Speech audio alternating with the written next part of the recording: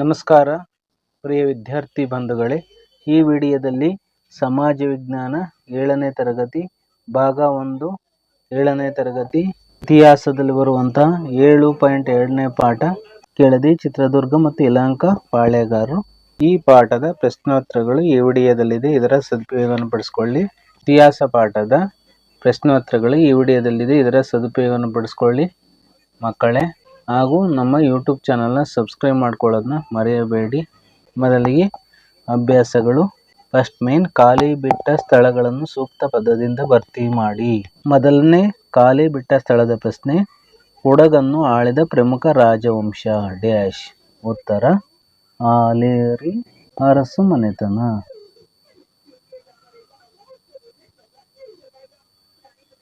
ಅರಸು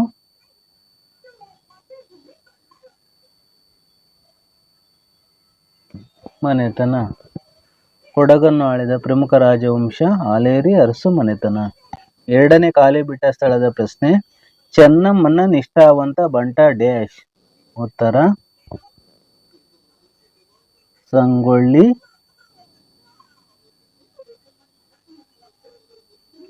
ರಾಯಣ್ಣ.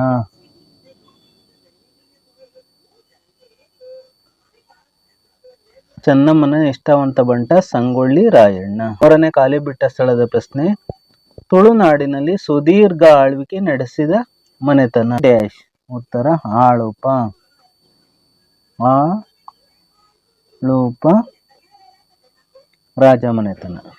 ತುಳುನಾಡಿನಲ್ಲಿ ಸುದೀರ್ಘ ಆಳ್ವಿಕೆ ನಡೆಸಿದ ಮನೆತನ ಆಳುಪ ರಾಜ ಮನೆತನ. ನಾಲ್ಕನೇ ಪ್ರಶ್ನೆ, ಉಲ್ಲಾಳದ ರಾಣಿ ಡ್ಯಾಶ್. ಅಬ್ಬಕ್ಕ ರಾಣಿ. ಅಬ್ಬಕ್ಕ ರಾಣಿ. ಉಲ್ಲಾಳದ ರಾಣಿ ಅಬ್ಬಕ್ಕ ರಾಣಿ, ಅಥವಾ ಇವಳನ್ನ ರಾಣಿ ಅಬ್ಬಕ್ಕ ಅಂತಲೂ ಸಹ ಕರೀತಾರೆ. ಐದನೇ ಪ್ರಶ್ನೆ, ಕನ್ನಡದ ಮೊದಲ ನಿಘಂಟನ್ನು ರಚಿಸಿದವರು ಡ್ಯಾಶ್. ಇದಕ್ಕೆ ಉತ್ತರ ಫರ್ಡಿನಾಂಡ್ ಕಿಟೆಲ್. ಫರ್ಡಿನಾಂಡ್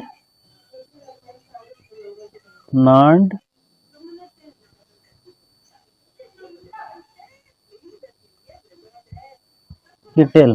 ಆರನೇ ಖಾಲಿ ಬಿಟ್ಟ ಸ್ಥಳದ ಪ್ರಶ್ನೆ, 1000 ಕಂಬದ ಬಸದಿ ಎಂದು ಪ್ರಖ್ಯಾತಿ ಪಡೆದ ನಗರ ಡ್ಯಾಶ್.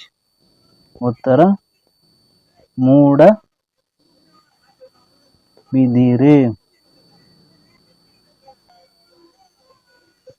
1000 ಕಂಬದ ಬಸದಿ ಎಂದು ಪ್ರಖ್ಯಾತಿ ಪಡೆದ ನಗರ ಮೂಡಬಿದಿರೆ. ಏಳನೇ ಖಾಲಿ ಬಿಟ್ಟ ಸ್ಥಳದ ಪ್ರಶ್ನೆ, ಸುರಪುರ ಸಂಸ್ಥಾನದ ಸ್ಥಾಪಕ ಡ್ಯಾಶ್. ಉತ್ತರ ಗಡ್ಡಿಪಿಡ್ಡಿ ನಾಯಕ. ಗಡ್ಡಿಪಿಡ್ಡಿ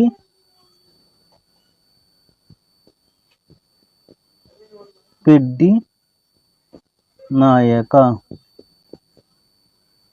ಸುರಪುರ ಸಂಸ್ಥಾನದ ಸ್ಥಾಪಕ ಗಡ್ಡಿಪಿಡ್ಡಿ ನಾಯಕ. ಎಂಟನೇ ಖಾಲಿ ಬಿಟ್ಟ ಸ್ಥಳದ ಪ್ರಶ್ನೆ, ಹಲಗಲಿ ದಂಗೆಯಲ್ಲಿ ಬ್ರಿಟಿಷರ ವಿರುದ್ಧ ಹೋರಾಡಿದ ವೀರ ಮಹಿಳೆ ಡ್ಯಾಶ್. ಇದಕ್ಕೆ ಉತ್ತರ ರಾಮಿ.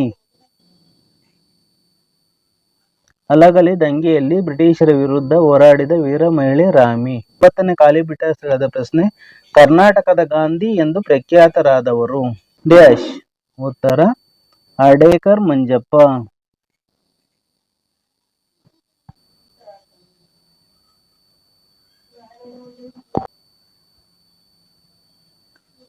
ಅಡೇಕರ್ ಮಂಜಪ್ಪ. 10ನೇ ಖಾಲಿ ಬಿಟ್ಟ ಸ್ಥಳದ ಪ್ರಶ್ನೆ, ಒಂದೇ ಮಾತರಂ ಹೋರಾಟದ ಮಾಡಿದ ಧೀರ ನಾಯಕ ಡ್ಯಾಶ್. ರಾಮಚಂದ್ರ ರಾವ್. ಉತ್ತರ ರಾಮಚಂದ್ರ ರಾವ್. ಇಷ್ಟು ಸಹ 1 ರಿಂದ 10 ಖಾಲಿ ಬಿಟ್ಟ ಸ್ಥಳದ ಪ್ರಶ್ನೆಗಳಾಗಿವೆ ಮಕ್ಕಳೇ. ಸೆಕೆಂಡ್ ಮೇನ್, ಈ ಕೆಳಕಂಡ ಪ್ರಶ್ನೆಗಳಿಗೆ ಒಂದು ವಾಕ್ಯದಲ್ಲಿ ಉತ್ತರಿಸಿ. ಈ ಪ್ರಶ್ನೆಗಳಿಗೆ ಒಂದು ಅಥವಾ ಪ್ಯಾರಾಗ್ರಾಫ್ ಸಹ ಕೆಲವು ಪ್ರಶ್ನೆಗಳಿಗೆ ಉತ್ತರ ಇದೆ ಮಕ್ಕಳ. 11ನೇ ಪ್ರಶ್ನೆ, ಚಿಕ್ಕದೇವರಾಜ ಒಡೆಯರ ಜನಮುಖಿ ಸಾಧನೆಗಳು ಯಾವುವು? ಉತ್ತರವನ್ನು ಗಮನಿಸೋಣ. ಸೆಕೆಂಡ್ ಮೇನ್, ಈ ಕೆಳಕಂಡ ಪ್ರಶ್ನೆಗಳಿಗೆ ಒಂದು ವಾಕ್ಯದಲ್ಲಿ ಉತ್ತರಿಸಿ. 11ನೇ ಪ್ರಶ್ನೆ, ಚಿಕ್ಕದೇವರಾಜ ಒಡೆಯರ ಜನಮುಖಿ ಸಾಧನೆಗಳು ಯಾವುವು? ಉತ್ತರವನ್ನು ಗಮನಿಸೋಣ.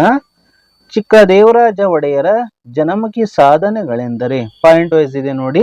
ಮೊದಲನೇ ಪಾಯಿಂಟು, ರಾಜಧಾನಿಯಲ್ಲಿ ಅಂದರೆ ಮೈಸೂರು ಅಲ್ಲಿ ರಾಜಧಾನಿಯಲ್ಲಿ 18 ಶಾಖೆಗಳುಳ್ಳ ಮುಖ್ಯ ಆಡಳಿತ ಕಚೇರಿ ಅಂದರೆ ಅಠಾರ ಕಚೇರಿಯನ್ನು ಸ್ಥಾಪಿಸಿದರು. ಎರಡನೇ ಪಾಯಿಂಟು, ಜನರು ಮೋಸ ಹೋಗದಂತೆ ಅಳತೆ ಮತ್ತು ತೂಕಗಳನ್ನು ಕುರಿತು ನಿಯಮಗಳನ್ನು ರೂಪಿಸಿದರು. ಮೂರನೇ ಪಾಯಿಂಟು, ಆಡಳಿತದಲ್ಲಿ ಲಂಚಗುಳಿತನವನ್ನು ತಡೆಯಲು ಕ್ರಮಗಳನ್ನು ಕೈಗೊಂಡರು. 12ನೇ ಪ್ರಶ್ನೆ, ಮೂರನೇ ಮೈಸೂರು ಯುದ್ಧದ ಪರಿಣಾಮವೇನು? ಉತ್ತರ, ಮೂರನೇ ಮೈಸೂರು ಯುದ್ಧದ ಪರಿಣಾಮವೇನೆಂದರೆ, 1ನೇ ಪಾಯಿಂಟು, ಟಿಪ್ಪು ಸುಲ್ತಾನ್ ಅವಮಾನಗೊಂಡರು. 2ನೇ ಪಾಯಿಂಟು, ಬ್ರಿಟಿಷರನ್ನು ಭಾರತದಿಂದ ಹೊರದಬ್ಬಲು ದೃಢ ಸಂಕಲ್ಪ ಮಾಡಿದರು. 13ನೇ ಪ್ರಶ್ನೆ, ಹಿರಿಯ ವೆಂಕಟಪ್ಪ ನಾಯಕನ ಸಾಧನೆಗಳು ಯಾವುವು? ಉತ್ತರ, ಹಿರಿಯ ವೆಂಕಟಪ್ಪ ನಾಯಕನ ಸಾಧನೆಗಳೆಂದರೆ, ಪಾಯಿಂಟ್ ವಹಿಸಿದೆ ನೋಡಿ, ಇವನ ಕಾಲದಲ್ಲಿ ಕೆಳದಿ ರಾಜ್ಯವು ಪೂರ್ಣ ಸ್ವತಂತ್ರವಾಯಿತು. 2ನೇ ಪಾಯಿಂಟು, ಈತನು ಕರಾವಳಿಯಲ್ಲಿ ಚಂದ್ರಗಿರಿ ನದಿಯವರೆಗೆ ವಿಜಯ ಯಾತ್ರೆ ಮಾಡಿದನು. 3ನೇ ಪಾಯಿಂಟು, ಉಳ್ಳಾಲದ ರಾಣಿ ಅಬ್ಬಕ್ಕಳ ನೆರವಿನಿಂದ ಪೋರ್ಚುಗೀಸರನ್ನು ಮಂಗಳೂರಿನಲ್ಲಿ ಹಿರಿಯ ವೆಂಕಟಪ್ಪ ನಾಯಕನು ಸೋಲಿಸಿದನು. 4ನೇ ಪಾಯಿಂಟ್, ವಿಜಯಪುರದ ಆದಿಲ್ ಶಾಹಿಯನ್ನು ಆನಗಲ್ನಲ್ಲಿ ಅವನ ಸೇನೆಯನ್ನು ಸೋಲಿಸಿ ವಿಜಯ ಸ್ತಂಭ ಸ್ಥಾಪಿಸಿದನು. 14ನೇ ಪ್ರಶ್ನೆ, ಶಿಸ್ತು ಎಂದರೇನು? ಉತ್ತರ, ಶಿವಪ್ಪ ನಾಯಕನು ಅಳವಡಿಸಿದ ಕಂದಾಯ ವ್ಯವಸ್ಥೆಯನ್ನು ಶಿಸ್ತು ಎಂದು ಕರೆಯಲಾಗಿದೆ. 15ನೇ ಪ್ರಶ್ನೆ, ಕೆಳದಿಯ ನಾಯಕರು ಮಾಡಿರುವ ಮುಖ್ಯ ಸಾಧನೆಗಳನ್ನು ಕುರಿತು ಬರೆಯಿರಿ. ಪಾಯಿಂಟ್ ವಹಿಸಿದೆ ನೋಡಿ ಮಕ್ಕಳ. ಉತ್ತರ, ಕೆಳದಿಯ ಅರಸರು ದೇವಸ್ಥಾನಗಳು, ಅಗ್ರಹಾರಗಳು ಮತ್ತು ಮಠಗಳನ್ನು ಸ್ಥಾಪಿಸಿದರು. 2ನೇ ಪಾಯಿಂಟು, ಕೆಳದಿಯ ಅಘೋರೇಶ್ವರ ದೇವಾಲಯ ಶಿಲ್ಪಕಲೆಗೆ ಪ್ರಸಿದ್ಧವಾಗಿದೆ. 3ನೇ ಪಾಯಿಂಟು, ಮಠಗಳು ದಾಸೋಹ ಹಾಗೂ ಶಿಕ್ಷಣದ ಕೇಂದ್ರಗಳಾಗಿದ್ದವು. 4ನೇ ಪಾಯಿಂಟು, ಸಕಲ ಧರ್ಮಗಳಿಗೆ ಅಪಾರ ದಾನದತ್ತಿ ನೀಡಿದರು. 16ನೇ ಪ್ರಶ್ನೆ, ಮದಕರಿ ನಾಯಕನನ್ನು ಕುರಿತು ಟಿಪ್ಪಣಿ ಬರೆಯಿರಿ. ಇದು ಶಾರ್ಟ್ ನೋಟ್ಸ್ ಇದೆ, ನಾನು ಟೆಕ್ಸ್ಟ್ ಬುಕ್ ಅಲ್ಲಿ ಈ ಉತ್ತರವನ್ನು ಆರಿಸ್ಕೊಂಡಿದ್ದೀನಿ ಮಕ್ಕಳೇ. ಮದಕರಿ ನಾಯಕ, ಈತನು ಚಿತ್ರದುರ್ಗದ ನಾಯಕರಲ್ಲಿ ಅತ್ಯಂತ ಪ್ರಬಲ ಹಾಗೂ ಪ್ರಸಿದ್ಧನಾದವನು. ಈತನು ಚಿತ್ರದುರ್ಗದ ನಾಯಕರಲ್ಲಿ ಅತ್ಯಂತ ಪ್ರಬಲ ಹಾಗೂ ಪ್ರಸಿದ್ಧನಾದವನು.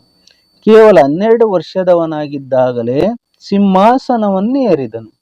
ಮದಕರಿಯು ಹೈದರ್ ಅಲಿಗೆ ಹಲವಾರು ಯುದ್ಧಗಳಲ್ಲಿ ಸಹಾಯ ಮಾಡಿದನು. ಆದರೆ ಮದಕರಿಯ ಸಾಹಸವನ್ನು ಮನಗಂಡ ಹೈದರ್ ಅಲಿ ಒಳಗೊಳಗೆ ಮತ್ಸರಪಟ್ಟನು. ಈತನನ್ನು ಹತ್ತಿಕ್ಕಲು ಚಿತ್ರದುರ್ಗದ ಕೋಟೆಗೆ ಮುತ್ತಿಗೆ ಹಾಕಿದನು. 7 ಸುತ್ತಿನ ಭಾರೀ ಗಾತ್ರದ ಅಭೇದ್ಯ ಕೋಟೆಯನ್ನು ವಶಪಡಿಸಿಕೊಳ್ಳಲು ಹೈದರನಿಗೆ ಅಸಾಧ್ಯವಾಗಿತ್ತು. ಆದುದರಿಂದ ಆತನ ಸೈನಿಕರು ಕೋಟೆಯ ರಹಸ್ಯದಾರಿಯನ್ನು ಪತ್ತೆ ಮಾಡಿ ಕಾವಲುಗಾರನಿಲ್ಲದ ವೇಳೆ ಕಳ್ಳಗಿಂಡಿಯಿಂದ ಅದನ್ನು ಪ್ರವೇಶಿಸಲು ಯತ್ನಿಸಿದರು. ಆ ವೇಳೆಗೆ ಕಾವಲುಗಾರನ ಹೆಂಡತಿ ಓಬವ್ವ ತನ್ನ ಒನಕೆಯಿಂದ ಅನೇಕ ಶತ್ರುಗಳನ್ನು ಕೊಂದು ಹಾಕಿದಳು. ಇಂದಿಗೂ ಚಿತ್ರದುರ್ಗದ ಕೋಟೆಯ ಪಶ್ಚಿಮದಲ್ಲಿ ವೀರವನಿತೆ ಓಬವ್ವನ ಕಿಂಡಿ ಇದೆ. ಇದಿಷ್ಟು ಮದಕರಿ ನಾಯಕನ ಬಗ್ಗೆ ಇರುವಂತ ಟಿಪ್ಪಣಿ ಆಗಿದೆ, ಅಂದ್ರೆ ಶಾರ್ಟ್ ನೋಟ್ಸ್ ಆಗಿದೆ ಮಕ್ಕಳೇ. 17ನೇ ಪ್ರಶ್ನೆ, ಒನಕೆ ಓಬವ್ವನನ್ನು ನಾವು ಇಂದಿಗೂ ಏಕೆ ನೆನೆಯುತ್ತೇವೆ? ಉತ್ತರ, ಹೈದರ್ ಅಲಿ ಮತ್ತು ಆತನ ಸೈನಿಕರು ಚಿತ್ರದುರ್ಗದ ಕೋಟೆಯನ್ನು ವಶಪಡಿಸಿಕೊಳ್ಳಲು ಮುತ್ತಿಗೆ ಹಾಕಿ ಕೋಟೆಯ ರಹಸ್ಯ ದಾರಿಯಲ್ಲಿ ಕಾವಲುಗಾರನಿಲ್ಲದ ವೇಳೆ ಕಳ್ಳಗಿಂಡಿಯಿಂದ ಅದನ್ನು ಪ್ರವೇಶಿಸಲು ಯತ್ನಿಸಿದಾಗ ಆ ವೇಳೆಯಲ್ಲಿ ಕಾವಲುಗಾರನ ಹೆಂಡತಿ ಓಬವ್ವ ತನ್ನ ಒನಕೆಯಿಂದ ಅನೇಕ ಹೈದರ್ ಅಲಿಯ ಸೈನಿಕರನ್ನು ಕೊಂದು ಹಾಕಿ ಅಮರಳಾದ ಅಂದ್ರೆ ದೈವಾಧೀನಳಾದ ವೀರವನಿತೆಯನ್ನು ನಾವು ಇಂದಿಗೂ ಸಹ ನೆನೆಯುತ್ತೇವೆ. ಇಷ್ಟು ಉತ್ತರವಾಗಿದೆ ಮಕ್ಕಳೇ. 18ನೇ ಪ್ರಶ್ನೆ, 1ನೆಯ ಕೆಂಪೇಗೌಡನ 2 ಮುಖ್ಯ ಸಾಧನೆಗಳು ಯಾವುವು? ಉತ್ತರ, 1ನೆಯ ಕೆಂಪೇಗೌಡನ 2 ಮುಖ್ಯ ಸಾಧನೆಗಳು ಎಂದರೆ, ಮೊದಲನೇ ಪಾಯಿಂಟು, 1ನೆಯ ಕೆಂಪೇಗೌಡನು ಬೆಂಗಳೂರು ನಗರದ ಸ್ಥಾಪಕನೆಂದು ಹೆಸರುವಾಸಿಯಾಗಿದ್ದಾನೆ.